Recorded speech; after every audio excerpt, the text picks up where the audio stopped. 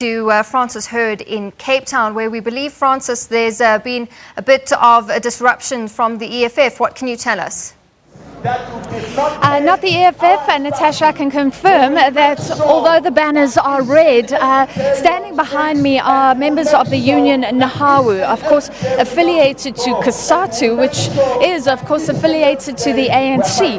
But Nahawu officials and COSATU officials being very clear today that their dispute is with the government, not with the ANC, but the executives ruling the government right now. What they're calling for behind here is an end to austerity. Now, the budget, the finance minister himself would say this isn't going to be an austerity budget. South Africa has never really reined in, still social grants, etc.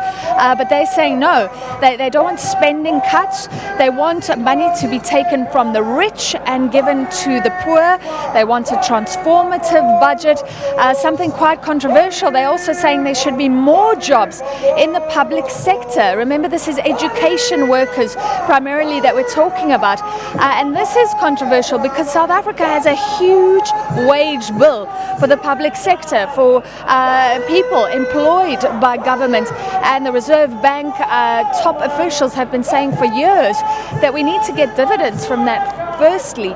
And we need to be careful. We can't have a huge wage bill and a huge government, because that crowds out the private sector that should be employing and creating sustainable jobs. The officials behind me saying that they don't believe that they can trust the capitalists to do that. That government should be the employer.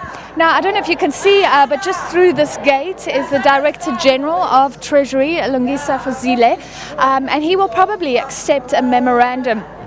Treasury told us yesterday that the Finance Minister had been asked to come and accept a memorandum. This is a very peaceful and pre-organized march, and the Finance Minister had been asked to come and accept a memorandum, but he couldn't because it would be just before he was due to deliver his budget speech. So it looks to me like the Director General will go and receive that. And if you look, it's not a massive crowd. I would say about 300 people.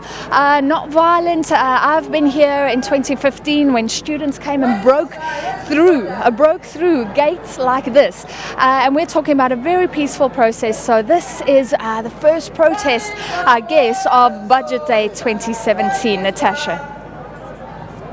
For that, I'm sure we'll get more from what's happening outside Parliament from our reporters as we continue to bring you coverage of what's happening today on Budget Day. Well, we take you now from